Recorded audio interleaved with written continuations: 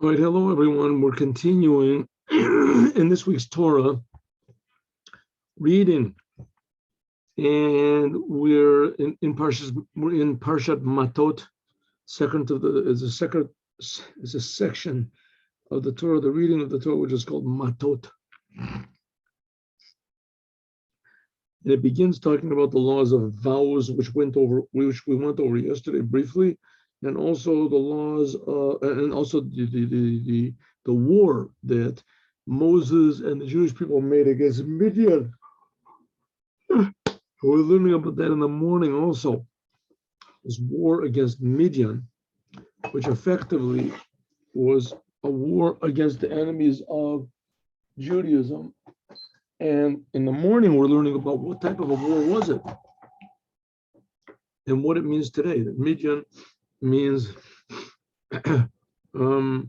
opposition, contention, you say hatred for no reason, hating anyone that doesn't agree with you or that you don't agree with. And together with Moses, they won this battle, at least back then. We're still fighting it now. Not the physical battle, but certainly the spiritual one, against meaningless hatred. Remember, we're learning that in the morning. If you don't remember, then tune in 8:15 in the morning and learn it with us from the Kuti Torah. Okay, so the Jewish people, God tells Moses to send 12,000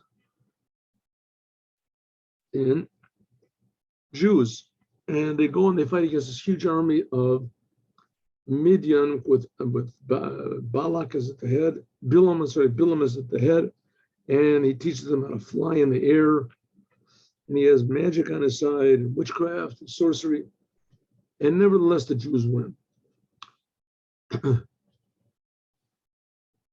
So it says, okay, we killed all the men, and they took all of the spoils and the sheep and the flocks and the women, and they brought it to Moshe. They took it and they brought it to Moses and to Eleazar HaKohen, and all of this. Just 1 second, I'm going to fix the.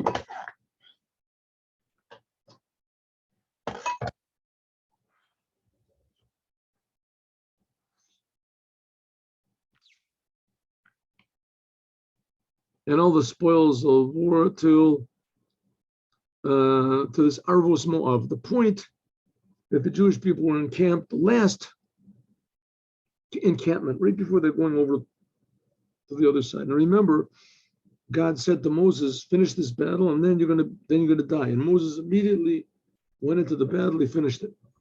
So they're awaiting. They come back victorious, and they have all these spoils, all these sheep and cattle and riches and prisoners, women prisoners. Vayetzu Moshe ve'Elazar HaKohen, v'kol Nesiei ha'eda. Moses and Eleazar he's the son, right, of Aaron. Aaron has already died. And Moses comes out with Eleazar the Kohen and all the heads of these tribes in the Nesiei ha'eda out of the camp. Why did they all go out? Because they saw it, Nare Yisrael, the youth of Israel, Yotzin Lachtov Minabiza, to take from the spoils. You can imagine, tremendous, must have been billions of dollars of jewels and gold and garments. By Yiksov Moshe got very angry. On the officers, the generals, Sarai Alafim, Sarai Meot, the heads of thousands, the heads of hundreds. It was 12,000 people went out, 120 hundreds, right? The boy mitzvah, they all got angry. Yitzov.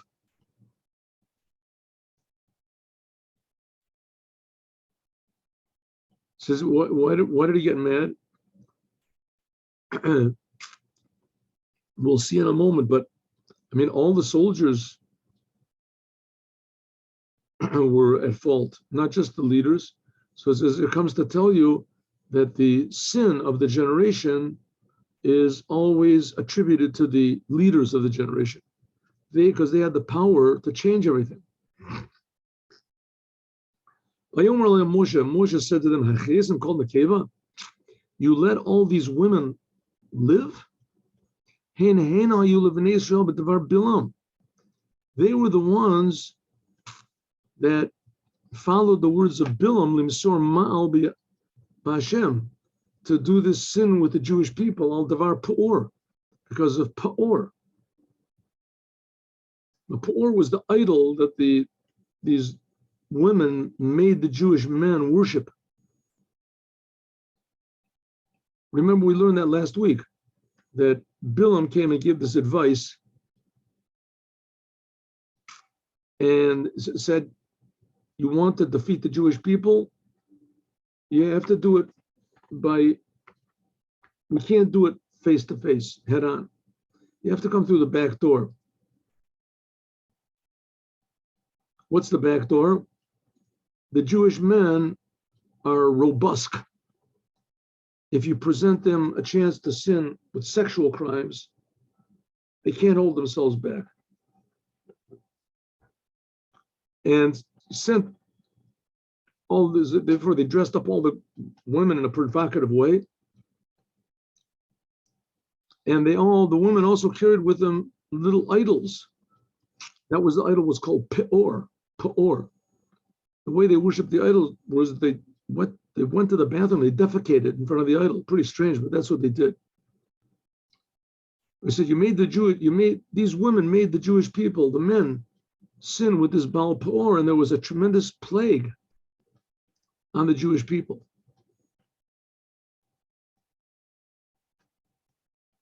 Rashi says, what does it say? Hena, these are the ones.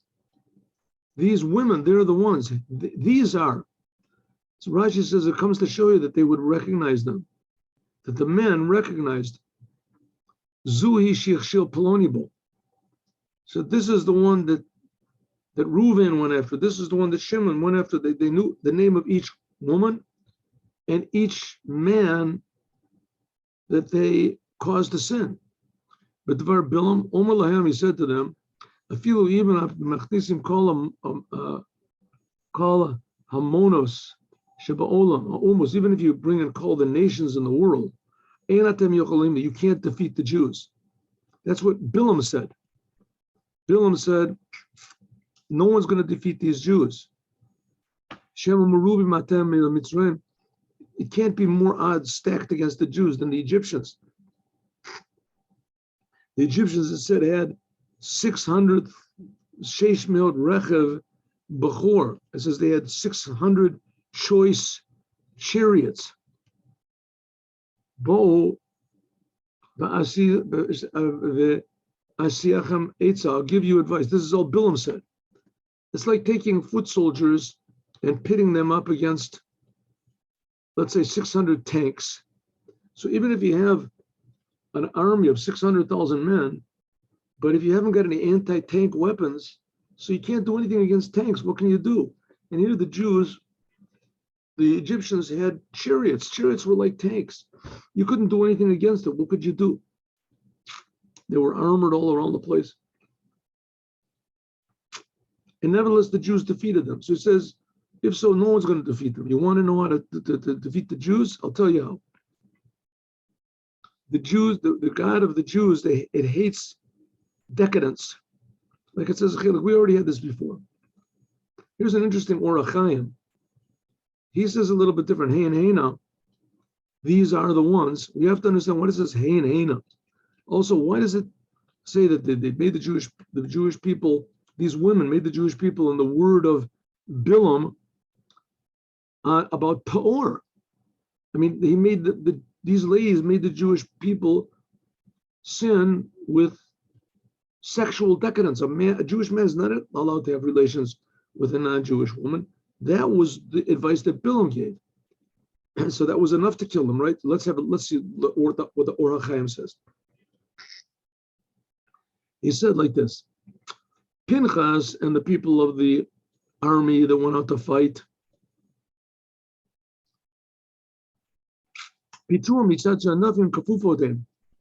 They let the women go because they thought that the women, they are subservient to their husbands and to their fathers.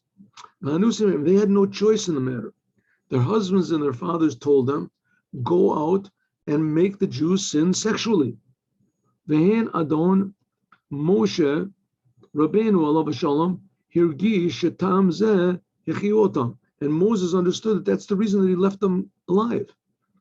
Ubo b'taina hanishmat v'omer b'shlomo. And Moses said, okay, I understand. You got a good reason to leave the women live, because the women, they went out and made the Jewish people, made the Jewish men sin sexually because they were commanded to do that by their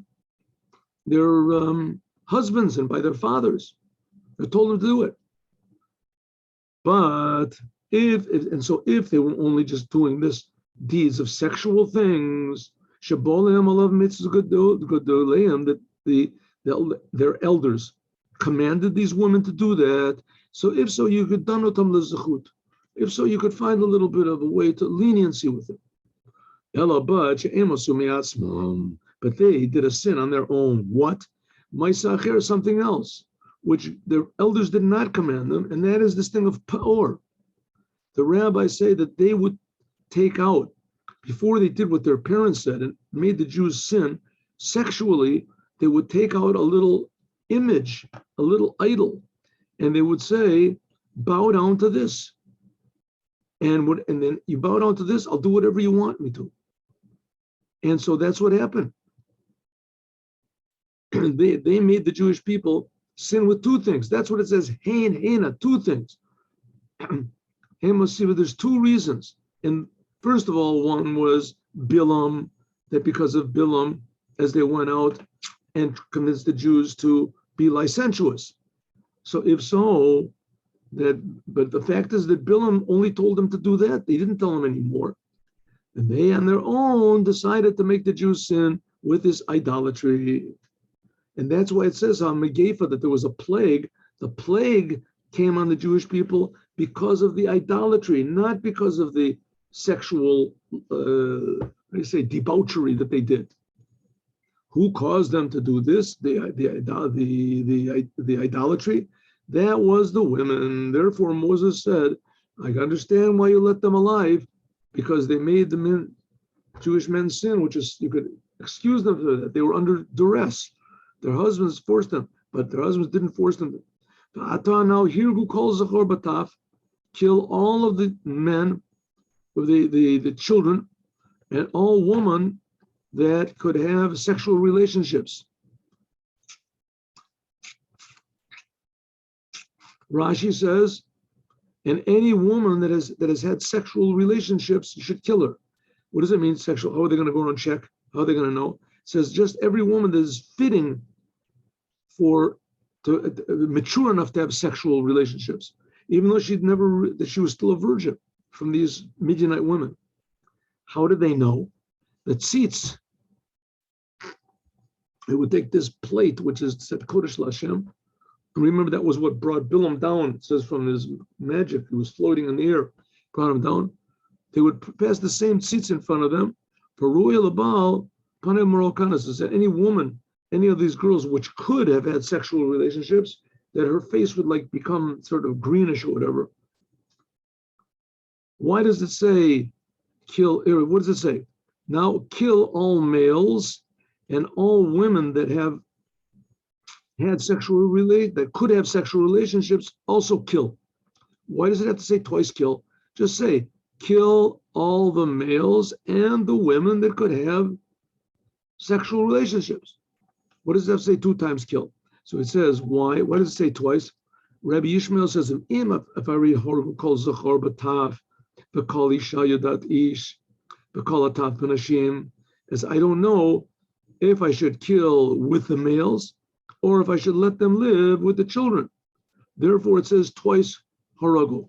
What's the sentence say? Look, Vata now, hirgu kol zachar b'taf, v'kol isha yadat mishkav zachar.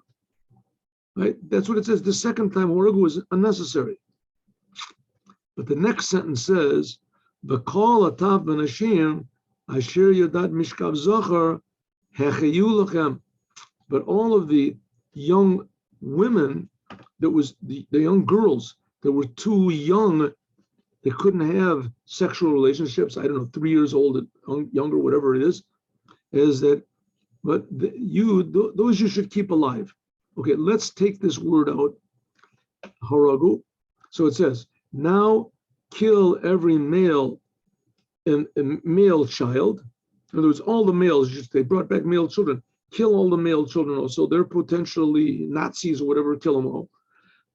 And every woman, girl that could have sexual relationships, right? That could have sexual relationships, and every child and every young girl that could not have any sexual relationships, you should keep alive. Okay, so what should you do with this second statement about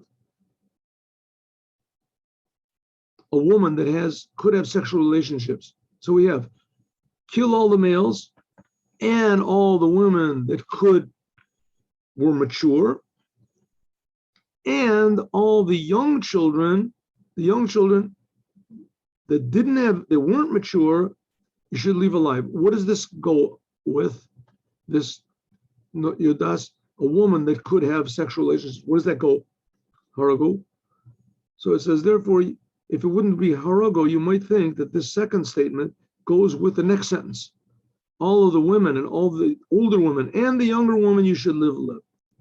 Okay, in any case, it says that you should kill them. So it ends up the only ones that you should leave alive from all the Midianites that you brought back, you have to kill all the men, including the young children, and all of the women, except for the young baby women. It says you should live alive. What does it mean you should live alive? It says the HaChaim, that you should convert them. This is called being alive. And now you camp outside of the camp 7 days. Anyone who killed anyone and anyone who touched the dead body, you have to be outside of the camp and be sprinkled with the ashes of the red cow on the 3rd day and the 7th day. Start counting. Whenever you start counting, it doesn't make any difference. Start counting.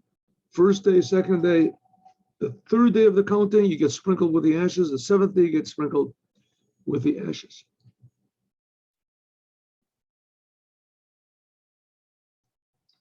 And all of the garments and all the garments and all vessels which are made from leather or wood, is also you have to sprinkle the ashes on it. They become impure.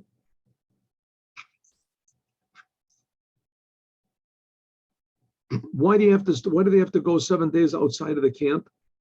So that they shouldn't come near to the tabernacle. Anyone who killed somebody, Rabbi Meir said, "B'horig b'davar hamakabel tuma hakatuv medaber." It's not saying anyone who killed another person is impure. What if you killed someone you threw a spear or you shot an arrow? Does that mean you're impure? No, this comes to tell you that the only people that become impure in war are those that actually touch a dead body, or they were touching a vessel that's touching a dead body. But if they threw something like a spear or shot an arrow at someone, and they're not touching it, they never touched the dead body or even touching the arrow or the spear when it's in the dead body, then they're not impure. A vessel is matameh, it makes a person impure if that vessel is touching a dead body, as though you touched the dead body yourself. Okay, we continue on. There's more laws about impurity. Okay, here we're going to have a big mistake that Moses makes. Vayomer Elazar HaKohen and Anshe Tzava. Elazar HaKohen, all of a sudden, he's giving orders. And he said, this is the law of the Torah that God commanded. What's going on? Why didn't Moses say it? Why Moses said everything before? Why all of a sudden is zealous? Listen to this. It says because Moses got angry. He got angry. What did you bring the women back? So therefore, he made a mistake. What's his mistake? That was concealed from him all the laws of Giulei Nachrim. What's Giulei Nachrim? We'll see in a moment. Giul means to spit out, and Nachrim means from non-Jews. Vessels that are owned by non-Jews, and if it's probable the non-Jews use them to cook not kosher food. I mean, the non-Jews have no reason to eat kosher food, that's for sure. So they probably cooked over their camel or who knows whatever they cooked. And the law is that if a person cooks food in a vessel and that food is not kosher, so the vessel soaks up the taste of the vessel in the walls of the vessel. And you're not allowed to use that vessel forever. You're not allowed to use it forever. You have to kosher that vessel. You have to make the vessel spit out that bad taste. The law is that if you do use that vessel, but more than one day after the non-Jew used it, then after the act, it doesn't have the power to make something impure. After one day, the taste becomes, not edible anymore. So therefore, it's not considered to be forbidden after the act. But before the act, it's forbidden. In other words, if you cook, a non-Jew cooks pork in a big vessel, you can never use that vessel again to cook with. That's it, you can't. The law is that if you did use it one day after, 24 hours after the non-Jew used it, then the taste in it does not have the power to make your food forbidden. But that doesn't lessen the fact that vessel is forbidden. Okay, so that's called Giulei Nachrim. Because Moses got mad, so therefore he forgot the laws of this, how to make kosher vessels, it's called, how to kosher vessel. Also, you find another place that Moses got angry. It says he also became angry and therefore he made a mistake. Made a mistake. Where do we see Moses made a mistake? We don't see any mistake. He didn't make any mistake. He just didn't give the laws at all. Right? What's his mistake? Say he forgot the laws. Why does Rashi say he made a mistake? I'll explain later. The Rebbe talks about this. I don't know. So he says like this. Any vessels of gold or silver or copper or iron or tin or lead vessels, anything which soaked up a forbidden taste in fire, then you have to put this directly over fire. Let's say, for instance, you have a spit or a frying pan even that directly came into contact with not kosher food. So the only way you can make this kosher is you have to pass it over fire.